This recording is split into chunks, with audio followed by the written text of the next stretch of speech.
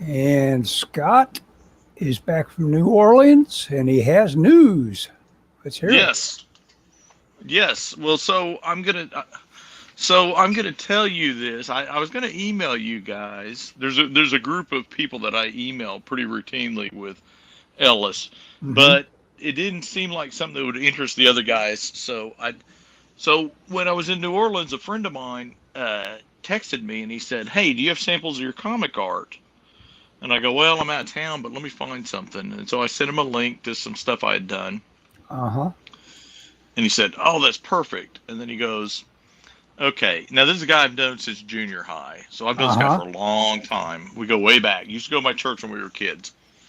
Uh, so I, he said, "Okay, so I've been meaning to email you about this, contact you, but I got a guy." He goes, "I manage, I think he said 5 group homes and that cater to adults with intellectual disabilities."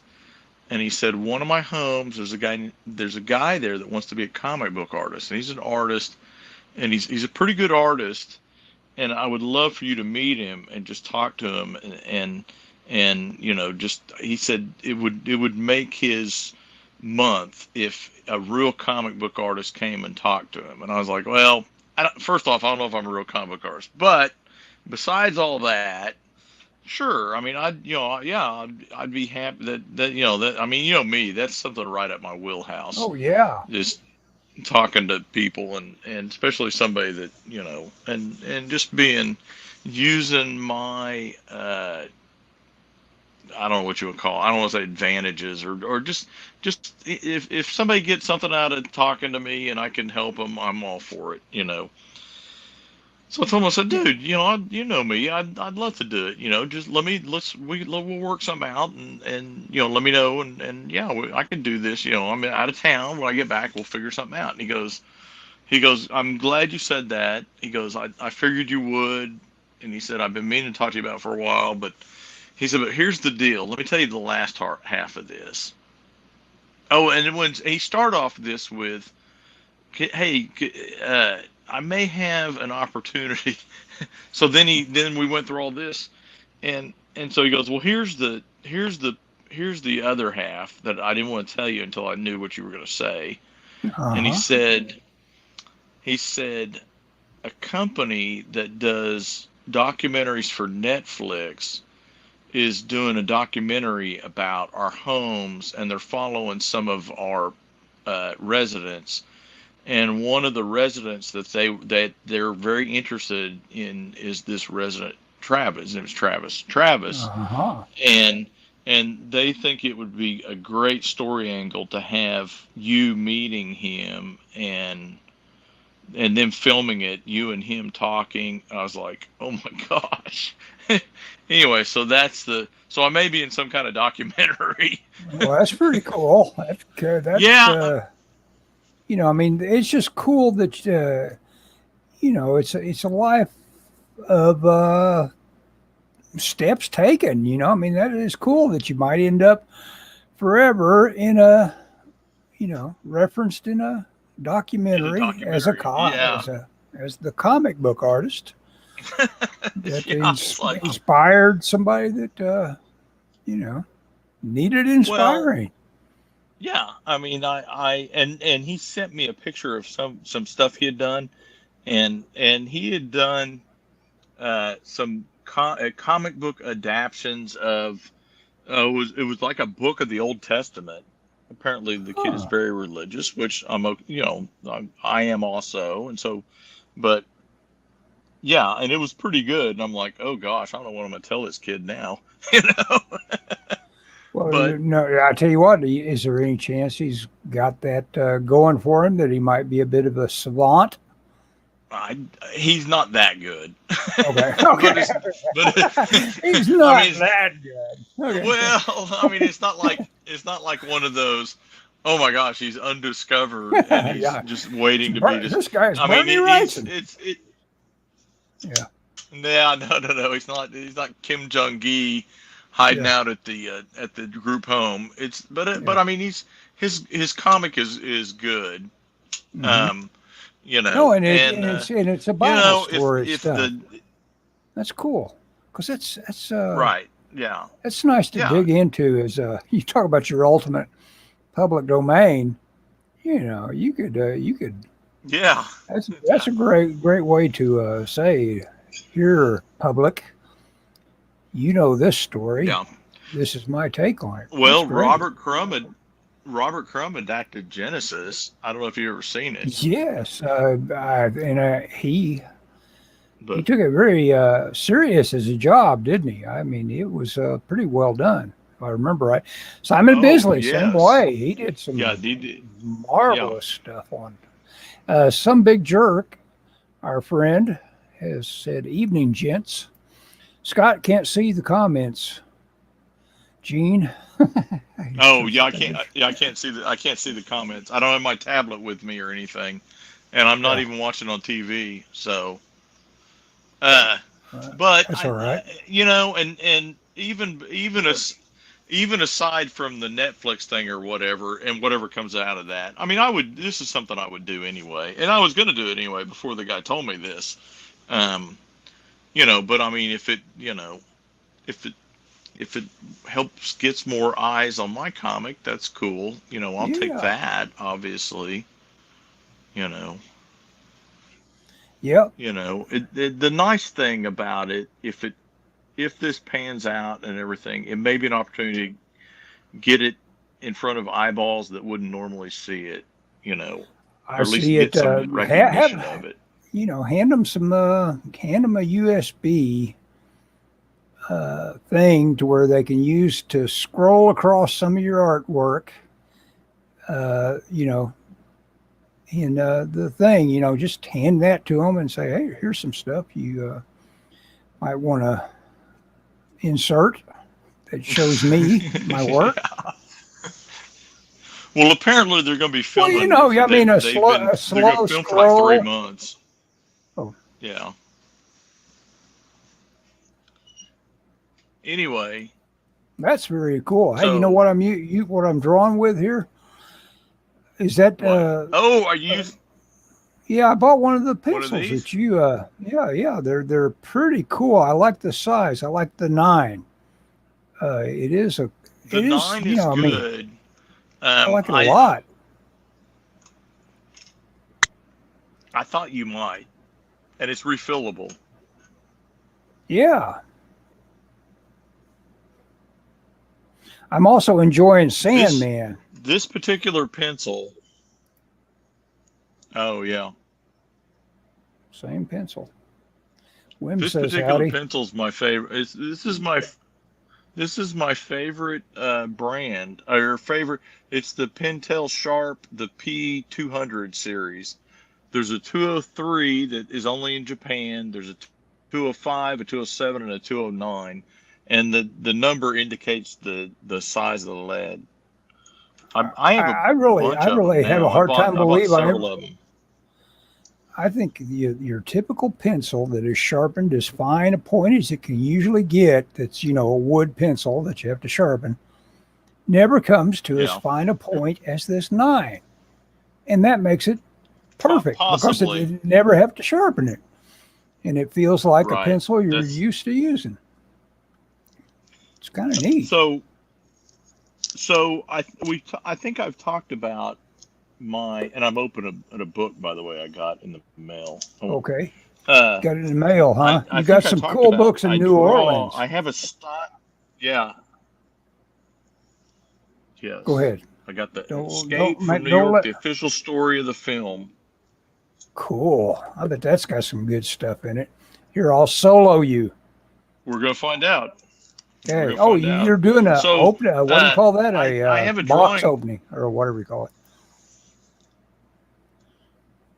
unboxing. Unboxing. Yes, I couldn't think of the verb.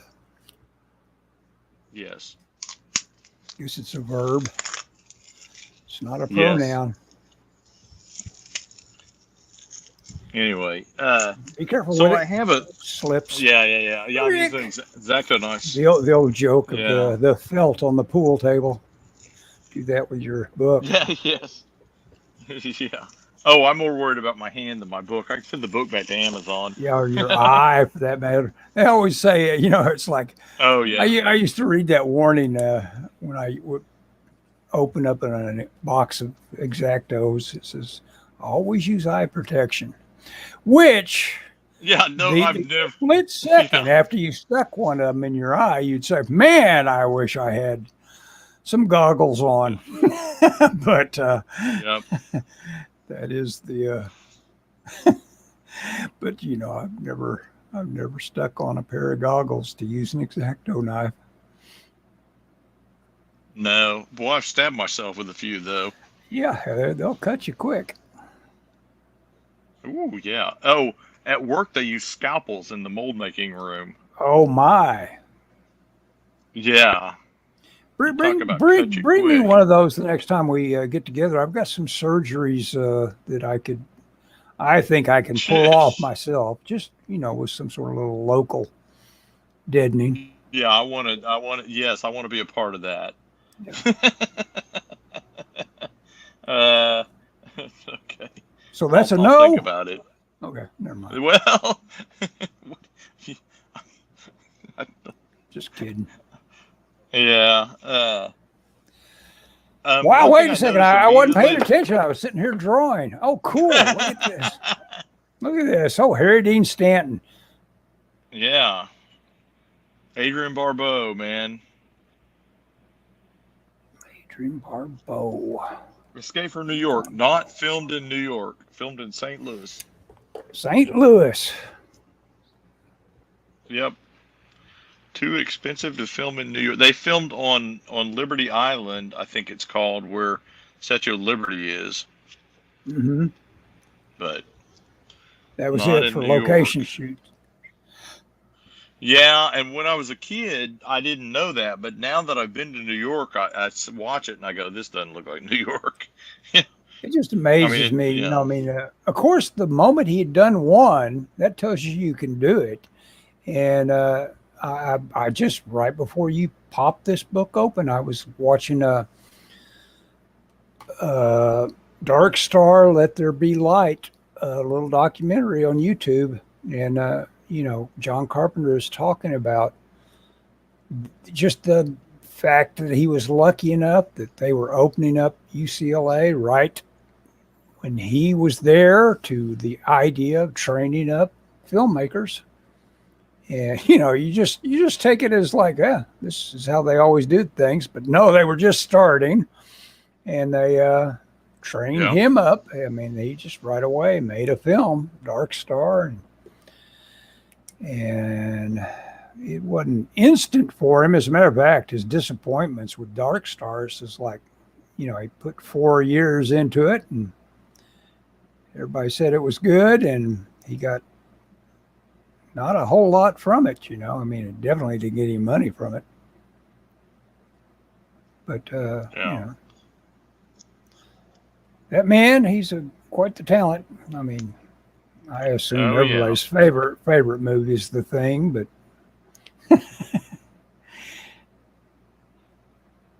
oh yeah, look at that. All that, and of course, he put a lot of matte painters to work too, I'm sure. Oh yeah, on that one, including James Cameron. Oh really? Wow, how about that? Yeah. Here's a picture of him. It may be. Let's see, let me find it. It's James Cameron. Yep, you can tell it from this. I mean, it's very obvious. Yeah, when you're used to knowing what James Cameron looks like, you can tell. Yeah. Cameron from a little thumbnail photo. This is a cool book. It is not an art book though. It's a making of. Oh yeah. It'll have lots of cool stories. I mean, if you dig the film, and that'll be fun to have all that background on it. Oh, it's one of my favorite movies. That's the deleted scene, the one they didn't do. That's the deleted scene. Yeah. So I'll tell you a funny story about this. Part of this was filmed in at the airport in Atlanta, and I've been to the. Let's see if I can find it because it's So not that's a this. This people is the mover, Atlanta. not a subway. Well, this is the Atlanta subway, but part of this. Oh, they don't have a shot of it because I've been. There's a certain area in the Atlanta airport. I've been to it. Yeah, they don't have a good picture of that though. But it's in that. It's all the part of that deleted scene, which I like. I think the deleted scene is cool. Mm-hmm. You It gives know. you a little background on who they're pulling it in front of. What's his name? The good, the bad, the ugly, the bad. Oh, Lee Van yeah, Cleef. yeah. Lee Van. Wait, is that right? Anyway, yeah. Yeah, Lee Van Cleef.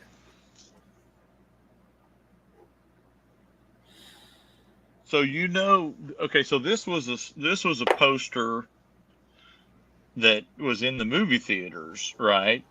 And Yeah, looks familiar. This poster inspired the movie Cloverfield. The scene because Aha. there's a scene in Cloverfield that kind of mirrors this. Right. Yeah, Yeah. I love this. Ellis, this is probably one of my favorite movies. You know what is beautiful about Carpenter, and it's almost true of all his art and art of guys, I would say, typically who are everybody's favorites. They figure Yeah. out that people like things, and this goes for Kubrick, they like things simplified. That's their art. And you know, you can hear it in Carpenter's music, everything about him. It's like he distills, and he's distilling you a really straight ahead, linear, fun adventure with the Escape from New York. It's Yep. like you can just totally get into it as just something that is, and you know, he failed to do it on the sequel. You know, he Yeah, the complicated it with sequel. Yeah, the character sequel got. sketches and crap like that. You know. So here's a book I bought in New Orleans. Yeah. I have wanted this book since junior high, dude. When I was a kid, maybe longer. When I was a kid, I went to a comic show, and it was probably, I don't know. Let me see. Okay, so this came out in '79. The comic show was probably in '83.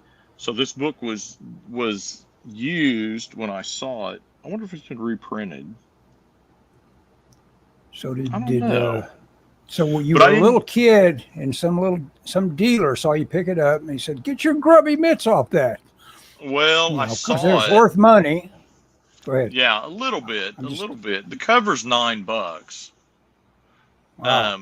And I think when What's I it saw it, what's they it worth wanted on 20 eBay? for it. I don't know about condition, but I've seen it for between 100 and 300. This Wow. is pretty Yeah. rough. This Yeah. is I don't care. This is a book. I've been a fan of the Shadow since I was a little kid. Oh yeah. Um, Shadow was kind of in popular culture. And my dad occasionally would talk about the Shadow. And then when I got a little bit older, I went to somewhere I bought and I probably have them around here somewhere. I bought a box that had, I think it was 2 cassettes, and it was 4 episodes of the Shadow Radio series. Cool. And then a little bit later, I bought 2 of the Jove reprint novels at the drugstore when I was a kid. It was the Shadow and the Gray, I think it was the Gray Mask or the Gray Fist, something like that. And I just loved the Shadow, and there wasn't a lot out about him. And thankfully now Yeah. there's a lot of stuff out. Different era. Yeah. Oh, yeah, it's so hard to find information. That was radio. And I That's when they wanted, all clustered around radio. Yeah. yeah, and I heard about this. I had heard about this book kind of secondhand. I'd seen it at a comic show, and I think they wanted $20 for it. And there was no way I could have paid $20 for it at the time. Yeah. And so I got this one for 10, and it talks about the Shadow and the creation. It's got a lot of pictures from the pulps. It's got a checklist of the pulps. It's got a lot of it's written by William Gibson. It's got some stories that he's written, some original stories. It's got magazine covers. It talks about the Shadow. It talks about his agents. It has a section called Illustrating the Shadow that shows the illustrations they did. I mean, that's got to be like ink on like that's board or great. something. They did some great line art illustrations, vignetted around type, very very designed back in their era for spot illustrations. This! How cool is this picture? Oh yeah. No, you don't get cooler than that era of illustrators working on the pulps. Of course, some of them could be inept, but not for a high profile title like that. You know who will cry, and I'll put the Shadow in the link, or what do you call it, the linkages, the metadata for our broadcast here, so that Razorfist can come across this and cry when he'll cry when he sees you got that for $10. I'm sure. Yeah. Oh, he's probably got it. Oh, I'm sure he does. But it's got the list of the radio stories.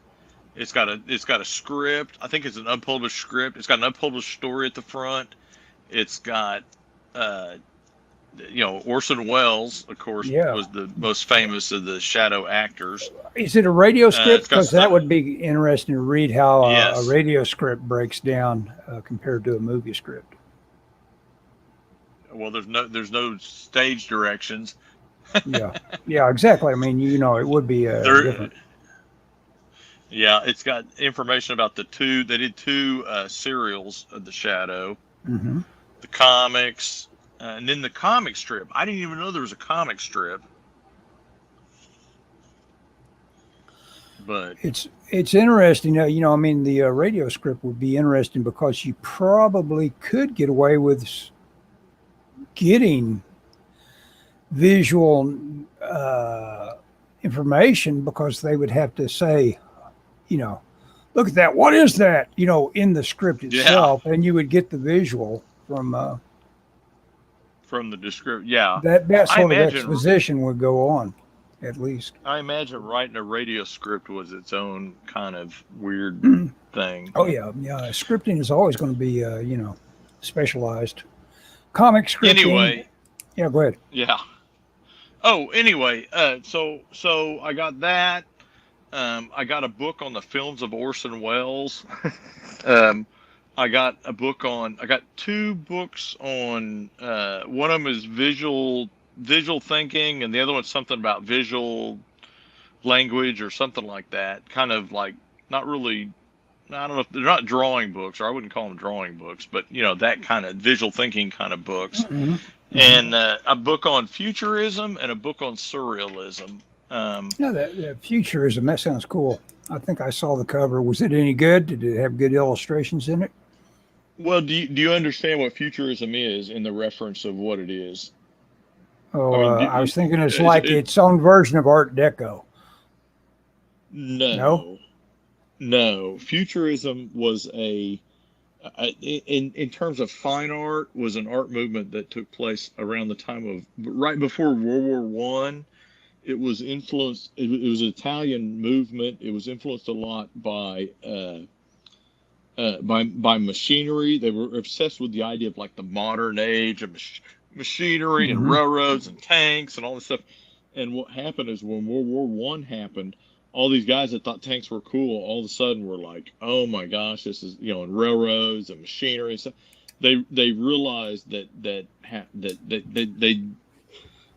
basically it was the end of the art movement.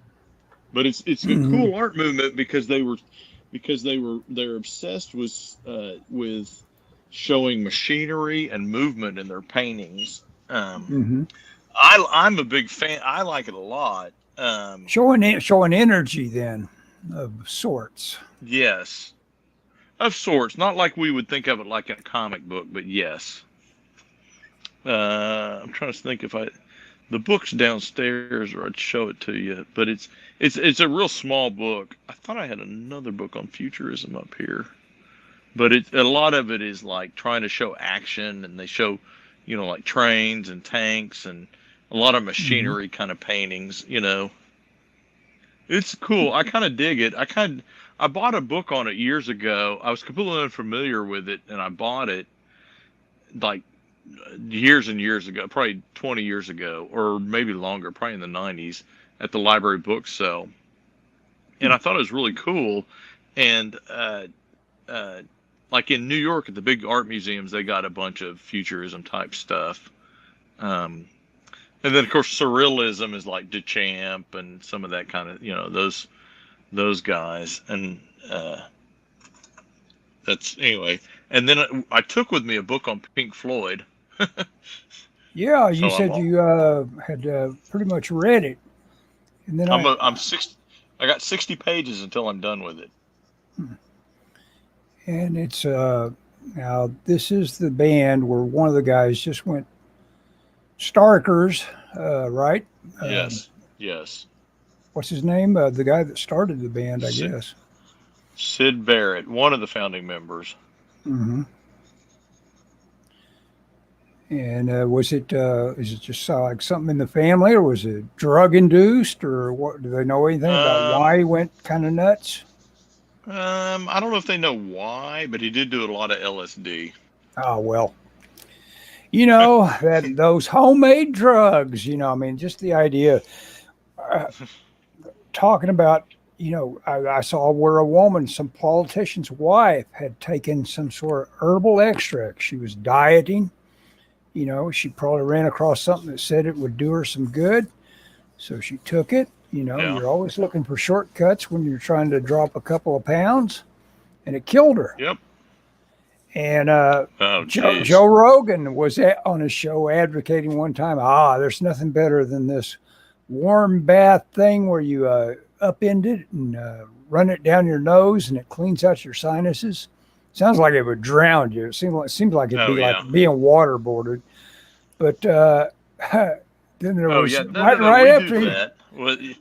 right after he was talking about that, someone died from that because they got a brain-eating amoeba from doing it, and it killed them. Yeah, you have to be careful. It's got to be sanitary. You're talking about you're talking about doing a neti pot, I think.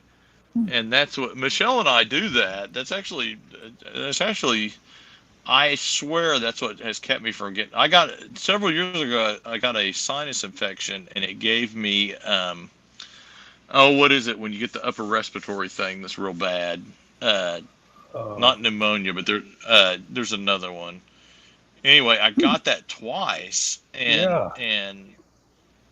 I think that doing those neti pots has helped me. When I feel bad, has helped me kick it. But you do have to be very careful because they are very clear that you're to use either boiled water for like 10 minutes, and then let it cool, of course. Don't pour city water into your sinuses. In other words, do not pour city water into your sinuses. Yes. Okay. Or you can use what's the water? The what do you put in an iron? An iron, or the water's been purified. I forget what it's called. But anyway, that's what you want to use, something like that. One of the two. Anyway, well, I'm glad you like the pencils. I was worried you wouldn't like them. You didn't really ask me. You just kind of ordered them. I was like, whoa. Well, I was telling you, hey, I don't see the pencils you showed, and it's weird. All I was suffering from was that optical illusion. I see white, I see a blue dress. Basically, there was a distortion across the blister pack, across the top of this metal ferrule or whatever it's called at the top, and I was interpreting that as that cheap plastic type because it distorted it like water will distort. and I saw Oh a yeah. seam. I saw a seam on it, and I said, "Well, that's just cheap plastic." And plus the gloss of it, it looked like a much more. It looked like you could see into it, and I thought it Oh was yeah. that cheap plastic as well. And I thought, wow, I don't know if those pencils are all that great, but I didn't see them. I wanted to buy what you had bought just for the heck of it, and I couldn't seem to satisfy myself. I was looking at the same product, you know. Oh yeah. Yeah. And like, did you get the 2-pack? Yeah, so I didn't Yeah, spend but too much. yeah, it's like $6 or $7, I think, Yeah. maybe not even that much. Hmm. Yeah, I bought that, and then I bought the sevens. I use the sevens too, but I'm kind of with you. The 9 is kind of a perfect Yeah, size. it's like what you would sharpen with any sort of wood pencil, Yeah, just about I that I size. draw. Yeah, I draw in a style that I call my blunt pencil style, and it's Hmm. and it's perfect because it's about the width of the blunt pencil that I try and Hmm. draw with. You Without know, having to ever I sharpen guess it. I don't know. Yeah, Right. So I don't know if Fly Fox Pro is listening or watching. he might Um, be. Who knows? yeah. He usually So announces himself. Go ahead. yeah, so it's funny because when we were on vacation, I was when I was laying in bed. It's first night, Hmm. and I was just thinking, well, because someone had said, on one of the, people always do on the internet, they'll go, oh, show some pages, show your comic art or whatever, post below Hmm. your pages, let's get a thread going or whatever. Hmm. And somebody did, and I was kind of looking, I was like, golly, I need to, I was looking at my stuff, and of course, I spend all day looking at people's art and criticizing it, Right. and I was just looking at it, just going, God, I really need to work at this a little harder. And so, and I thought that right before we left, and so we were in New Orleans. I was laying in bed, and, when you travel, I wasn't quite sleepy, and I was thinking, man, I really need to work at this a little. I need to up my game, is what I was thinking. And literally, like the next day, uh, Fly Fox Pro posted something about getting better on their on Hmm. I think it's on Twitter, and I'm never on Twitter. I just happened to see it, and I was and all these people were kind of like, yeah, just kind of not really berating him, but not really agreeing with him either, and or like I think his question was, are you ever satisfied with your art or something like that? And I was like, what's funny? I was just thinking I really need to work harder and get a lot better at this, you Yeah. know. And I don't really want to be one of these artists that and I know some that are just like, okay, I've made it, I'm good. I always want to kind of be pushing myself a little bit, No, you you do. know. You do. The biggest. I saw. Oh, who was that? Oh, yeah, yeah. There's. I need to send you the link to this because it is fantastic. I think the guy's name is Love Life Drawing, and he does some great little videos. In fact, he does videos that are so good that Steve Rude noticed him, wrote him an Oh, email, or really? wrote him a comment at least, or maybe just an email as well, and told him saying, "Hey, yeah, you get it. This is what it is about. I think for everybody, really." So, in other words, he was telling this guy his content was so good that he had touched on what every artist needs to become a better artist. So, I need to send you that link. And then it was a two-parter where he features Steve Rude's artwork and how he became Steve Rude. And of course, an awful lot of it is Loomis, but it's not all of it. It mentions a lot of other couple of things that goes on in the mind of Steve Rude that gets you to where Steve Rude, and of course, a lot of it is life drawing, and he's not limiting himself by having to go out to the state fair. He's taking stuff from videos and stuff like that, and sitting down and doing some studies, and nothing is better than actually drawing the figure with that kind of Riley method. That would be another source of inspiration for Rude. Is obviously they all come out of some man or other. I mean, Loomis is basically stylized notions about the Riley method. So Yeah. Yes. One thing I did discover while I was out of town and drawing and thinking about drawing and all this kind of stuff is I got to work more on what I would call direct drawing, not being quite so sketchy and putting down more, confident lines, I guess you would say, or whatever. And I got that, that book that I got that I showed you, that Tom Fox book, talks about that. And I need to continue reading. I'm trying to finish this. I got one more page after this thing, and then I'm going to really dig into that Tom Fox book. yeah, it's I've been looking at lots of stuff like that. I like to look at good tutorials. I say that, but it's also another good way to put yourself to sleep real quick, to Oh, yeah. try to pay attention to a tutorial. It's like, oh, I'm back in school. I can feel it happening. I'm going to sleep. Must put my head on my desk. Don't hit me with the ruler. Yes. Sorry, I listened to The Wall this morning at work. Yeah. You won't get any pudding. Yeah. I tell you what, reading that book, and I just grabbed it because it was on the discount rack at Half Price Books, and I thought, boy, this ought to be interesting to read, and it is. The book is super readable. I think it's called Pigs Might Fly, and man, it's good. If you have any notion about liking Pink Floyd, anybody out there, I'd highly recommend this book. It's a good.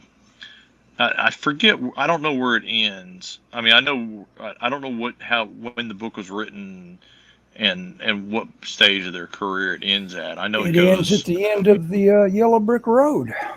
Apparently, if you sync it up and watch Wizard of Oz. No.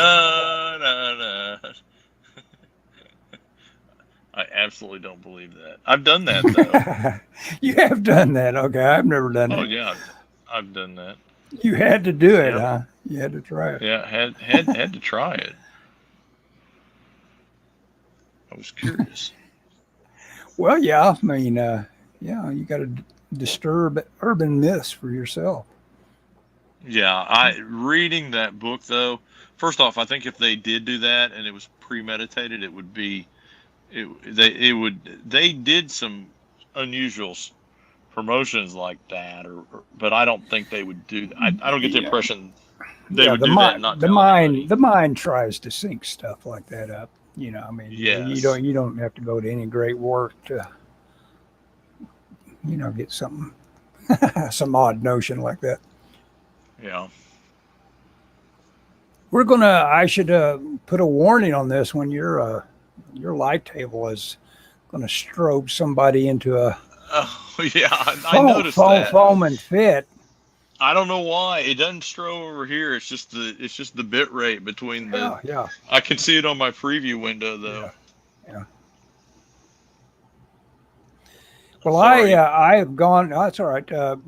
We didn't truly do our postmortem on Better Call Saul completely, really, because you were headed out after the thing. Of course, we did it in email. Oh, that's right. form. We didn't, did we? Because we did it through email, but I've been gone. Okay, let's talk about it. We got a little bit of time. Well, for one thing, right off the bat, Scott was totally right, and I was totally wrong. I said it would be an unhappy, kind of dark, but satisfying ending. Seats. Yeah. And Scott was you right. Thought, see, I did not. Even though it could be interpreted as dark. Yeah. But I don't think. Kinda. But I mean, no. It was the perfect resolution. A warning for anybody who hadn't watched the end. Yeah. Warning and unsubscribe. Yeah. No, Oh, no. don't But do I that. mean, Just kidding.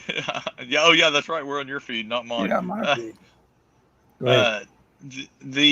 It was in my mind, it was the perfect ending. They could not allow Saul to escape, uh, so to call scot free.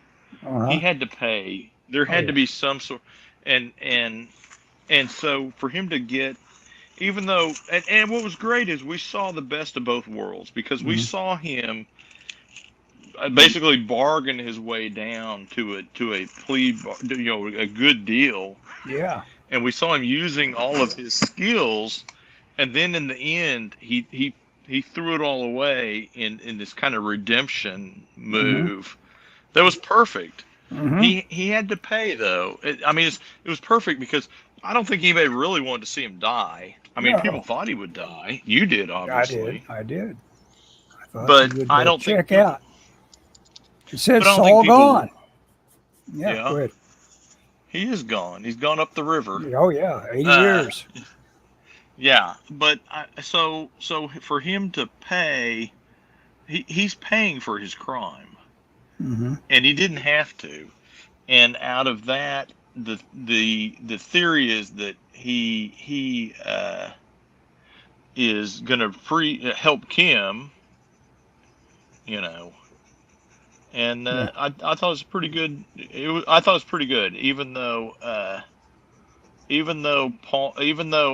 honestly I don't know. I wonder how long was he Gene? Do we know? How long would he have been? Was she down in Florida? How long you can go by that? Because she split pretty quickly for Florida, and I think they mentioned how many years she'd been at that job. It Oh wasn't too yeah. long. Okay. I was just curious because in early on when he's Gene, he's watching his old commercials, and Hmm. there's kind of this pathos of this guy that is just like lost everything. Oops, sorry about that. Hit my light. Uh, This guy that's lost everything, and so you kind of wonder. I don't know. To me, that was almost like its own kind of not really redemption because I guess he wasn't he. I think that's why he in that the dumb thing about the whole thing is why did he start committing the crimes again? well, that's You the know, deal. There's that he, his spirit was demanding it, basically. I think. right? But I think we had to. I think for the arc to work, they had to prove that he was not changed or he was not. He hadn't repented of his sin, so to speak. And that did not happen truly until he confessed to it, and they're in Hmm. court and freed Kim, and because Kim was kind of a victim in this, you know, he drug her into the whole, you know, Howard thing, and I, so she wa- did not deserve to. Yeah. I, I wanted to show you. Yeah. Yeah. We need to stick on that in terms of like things. But I wanted to show you this thing that surprised me. That I just did this thumbnail of Hulk, and you know how Yeah. you can get two or three little notes and replays on stuff every now and then. This one is already up to 16 notes. Someone saw Hulk as a tag and went to this and said, "Hey, I like that," and started. And all of a sudden, it started being shared. Yeah, Oh, really? yeah. So I kind of dig On that. I'm on waiting to see Tumblr how. Yeah, on Tumblr. Oh, you or can't see stuff. I'm wasting my time trying to share that with you. I'm no. sorry. I can no. I looked at it. Yeah. I can Uh, look if I look up. I can look at the phone, but I just don't watch it. yeah. Okay, we're talking about. I'm sorry. Better Call Saul, and we're digging it. And I was just such a kick, to watch him mess up extracting himself from that situation he got himself in, and then doing everything in a hurry, but obviously in a well planned mode. of managing to evade this and that, and that going on for that little intense short period.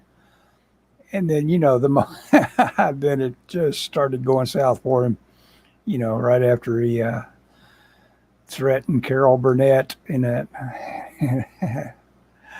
That way, that's the point where he said, this is over, and I can't be acting like I'm a killer. And he headed south, and it's so inspired to have him be caught in a dumpster. Is just really neat. Yeah. So fitting. Yeah, it made you. It's such a laugh, and it's. Fly Fox Pro's here now. We'll ask him, Fly Fox Pro, did you hear Scott discussing you earlier? Yeah. And see what he replies. I'll tell you. I feel like if he had, he would have piped up then. Yeah, probably. I was discussing the Twitter conversation last week when I was out of town, where you said something about artists, I think, being satisfied with their art or getting better or something like that. And I said something along the lines of, I was just thinking, I need to really get better at what I'm doing.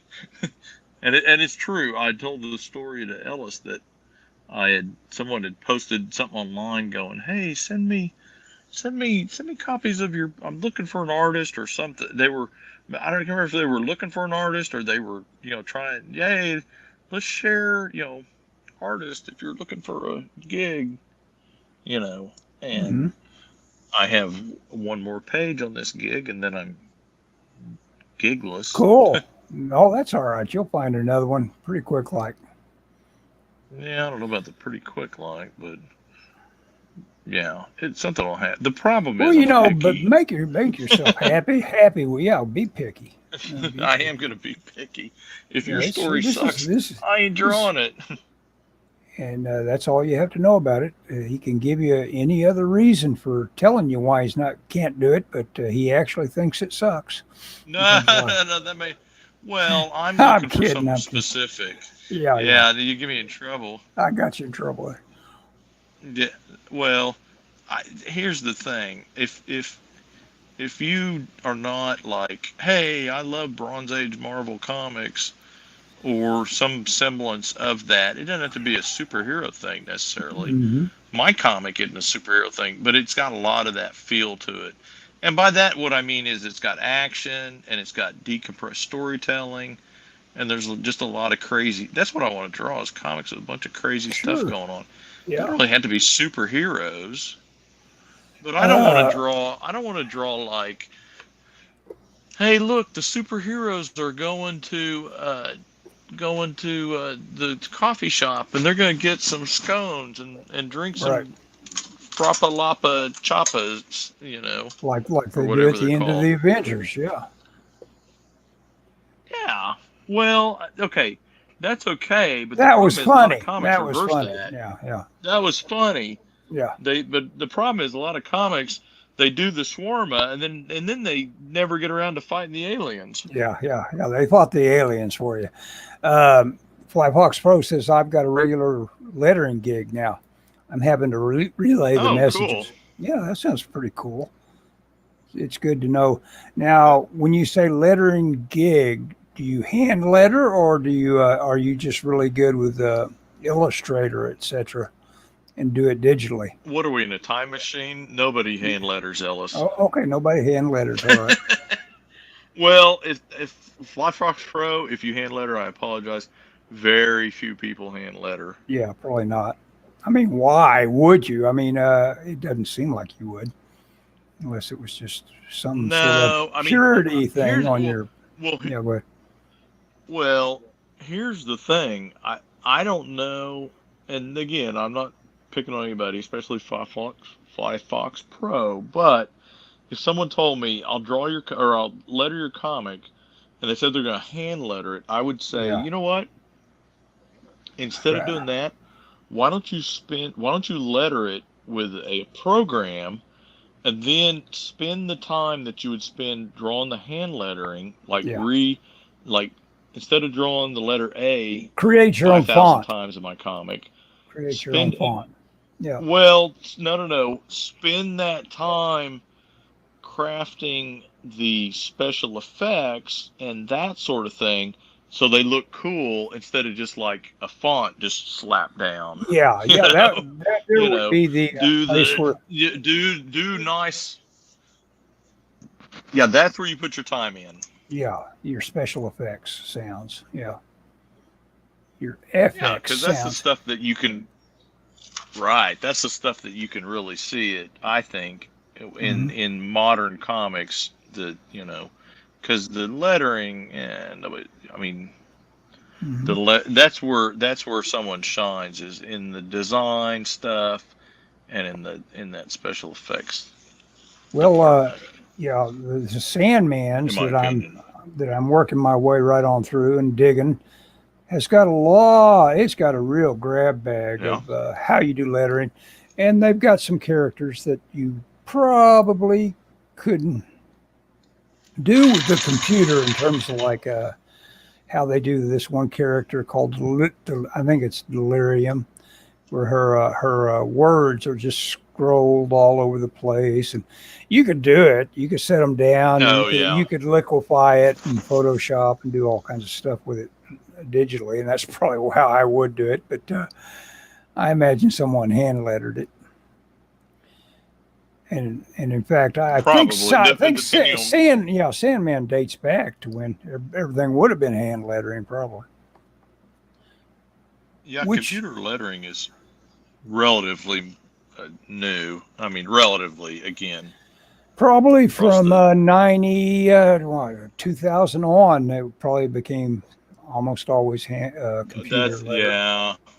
That's 22 I years. two That's a long thousands. time. Right, that's a long time, but the terms of the comic industry, it's relatively new. Oh yeah. You know, Oh yeah. you It's know. gone to hell in that short amount of time. Why not? Yeah. Sound effects are the fun part. Yes, yes. I agree. When I lettered Heaven's Rejects, that was the part that I enjoyed. The part I didn't enjoy was signs. We Signage. went signage. We Yeah. in Heaven's Rejects 4, it starts off at a quote serial killer convention. And so I drew all these booths like a comic convention, Talk and about in the inks Sandman. there was Oh, go nothing. ahead. Yeah. Oh man, in the ink stage there was nothing there, and I had to go in and make all those signs. And I kind of thought of what they would be, and I may have penciled them, names, Hmm. but I had to go design them. And it's like you don't want to look the same, so you got to get a bunch of different font. Oh gosh, Yeah. That's it quite a little was detour when you're trying to fun. concentrate on drawing figures and such. Yeah. Well, I did it. Yeah, yeah, I did it at the end. Hmm. That part of it. Here's the thing. I had to do it after I did it after I inked it and before I sent it to the colorist. I did the lettering wasn't on the boards, but all the special effects and signage was on the boards Cool. so that she So could she would know color it what she as had to such. bother with. Yeah. Yeah. Yeah, I didn't want to get it and then drop on a bunch of black and white sound effects. I didn't want to. I didn't want I was like, yeah, she's doing the coloring. She can color sound Yeah. effects. I'm typically Yeah. pretty anti getting too cute with lettering because mainly I want to read it. Yeah. So, Oh yeah, I don't. Yeah, I don't. Yeah, the lettering is. Don't want it too crazy.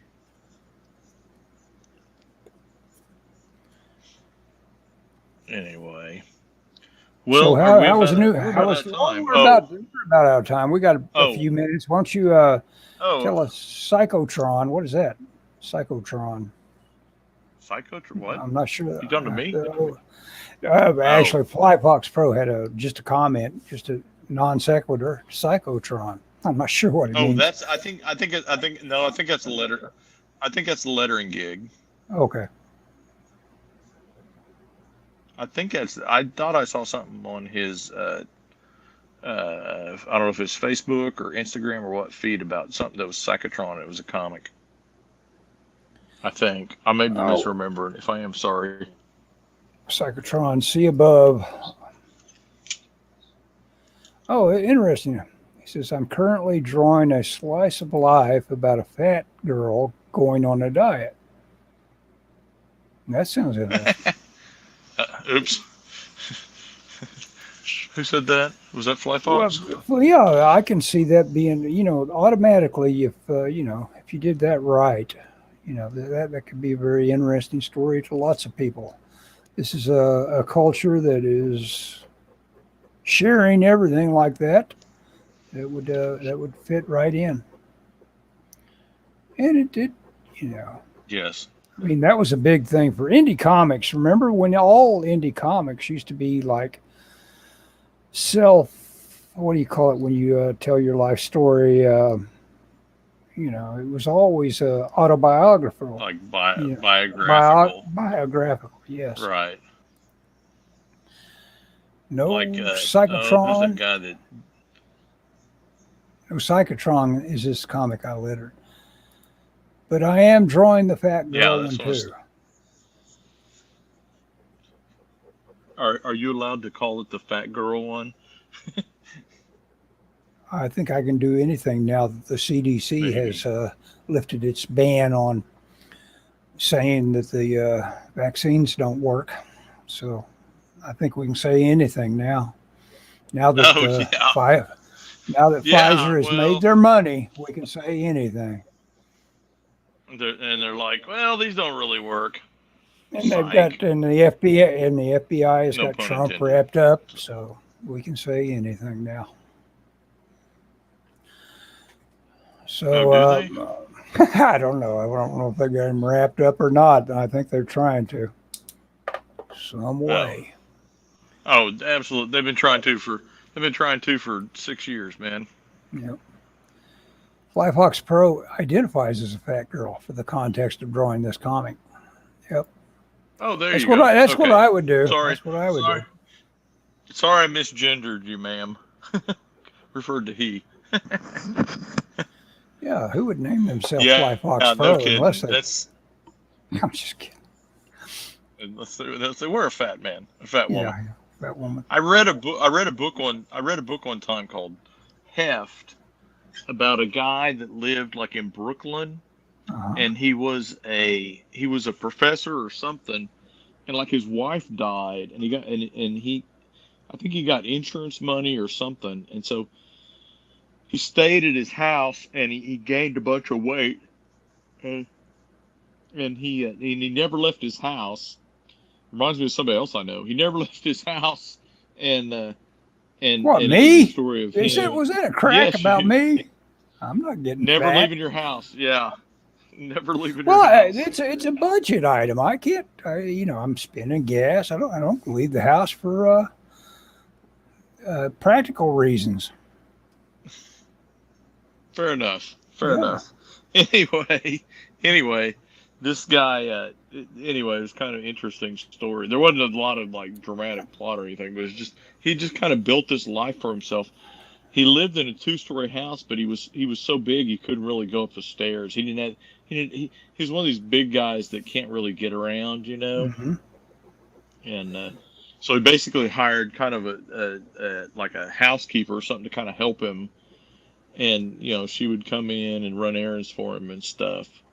But he had all his food delivered, and this was several years old, so it's now this doesn't seem like. I mean, I don't think my neighbors left his house ever during the pandemic. I saw him in the backyard and was talking to him, and he was wearing house shoes and pajamas. It's like the middle of the day on a Saturday. Well, that's me. Yeah, that's me. Yeah, I'm in shower sandals. Yeah, you bet. Well, I may do some Sandman fan art. I go, when is the last? I was talking to him. I go, when's the last time you wore real shoes? And he couldn't remember. It's been that long. There's no reason to. I'm with that guy. Why would you sit around in your own house and wear real shoes? Dude, when I worked at home during the pandemic, I got up of course, I was working, so I had to get up at normal Well, yeah, time, or more or less. you had to get I got up. you had to Here get was my a. routine. Go ahead. Well, I took a shower. Well, we ran in the morning. I took a shower. I made coffee, of course, and I would shave and get dressed every single day. Well, sure, yeah. Just You part wanted of it. to Just part of my you wanted to part of my walk routine. through the door that said "I am working." Yeah, sure. Yeah. Oh, sure, absolutely. And you know, I watched the entire Andy Griffith series during the pandemic. Mm-hmm. It was on Amazon Prime at the time. I was like, I need to watch something that is pleasing, Yeah, wholesome, you know, fun, fun, normal. fun background material. Yeah, like having Yeah. podcasts Well, on or I whatever. watched it. Yeah, I watched it in the morning before I went to work, before I clocked in. Um, we're about out of time. I want to ask you a question real quick though. Okay, but I Have wanted you to ever say watched any something about Kolchak? coffee. What do you Guess think? what? Guess what? Oh, I quit you're not coffee you're about not the drinking same time you coffee. went. Well, you went to New Orleans. Yeah, I quit drinking coffee, and then man, am I sleeping better. Jeez, Oh, are you? it's awesome. Oh I yeah, drink I drink I drink chicory coffee because it has less caffeine. yeah. I do, So and I do sleep better. what? I interrupted you. You were going to ask me something. Go ahead. Kolchak the Night Stalker. You ever watch any Yes. episodes? Oh yeah. As far as I know, I've seen all of them. It only had one Yeah, season. Of there's course. not very many. Yeah, there's not very many. Yeah. I've been watching them on Sci-Fi has them on their app, and I've been Oh. watching them. I'm thinking about picking up. You can pick up the series on Blu-ray for like $14. I'm thinking about pulling the trigger on it, just because if I stop it in the middle on Sci-Fi, I can't fast forward or get where I'm at, so I have to kind of start over. That's kind of a drag. Mhm. Yeah, you can But scrub it. I Yeah. figured you'd. Right. I figured that was up your. That seemed like a Ellis thing for Oh sure. yeah.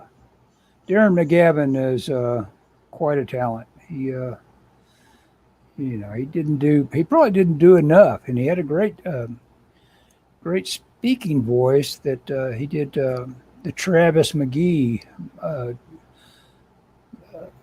John D. McDonald stories. He did the Oh, we did the narration on the audiobooks. yeah he did the audio books, and they're great, but they are sadly flawed to the extent that they are abridged. They shorten them up. I don't think they've ever come out as anything but cassettes for one Oh, thing, they're. and that's the I was gonna reason say they're they were probably abridged. cassettes. Yeah, that's the reason they're abridged. Yeah. They had the medium that, but they ought to, there's no reason to put them out on CDs. They need to take another stab at those and do them as unabridged and get a great voice talent on it and do them. I'd listen Yeah. to them again The all over. I have a copy of a digital copy of Neuromancer that was original on cassette, and it was narrated by William Gibson, and it's like it's great to hear him read the words he wrote. It's just really cool. He's got kind of a nasally voice, but it's Uh-huh. awesome, But anyway, okay, it's time, Ellis. Okay, it I'm is. calling it. All right, everybody, thanks for coming by. Flyfox, you kept us pretty entertained. Let's see. He Yes. wanted to ask one more thing. Thank you. Did you Thank you. did you did you Thank you, watch ma'am. Mayberry RFD? Did you watch any of that? No, I did Okay. not watch it. I don't think that was on Prime. I watched during the pandemic. Andy Griffith was all on Prime, believe it or Mm-hmm. not. And it's not anymore because I started to watch it again because it was long. There was a lot. I mean, I watched it every morning, and Yeah, it there's a lot lasted. of it. Yeah. There was a lot of it. Another show that we've been watching is we watched. After that, we started watching Beverly Hillbillies. Those are pretty well done too, in Which their own way. They, those are pretty good. Some of them are yeah, pretty good. Some of them are a little ridiculous, yeah. Oh yeah. but Oh, those they're are all pretty good. Okay, Scott, Yeah, you're no wanting doubt, out of here. no doubt. We'll let you Anyway. do it. Here we go. I'm ending Yep, broadcast. I got stuff I need to do.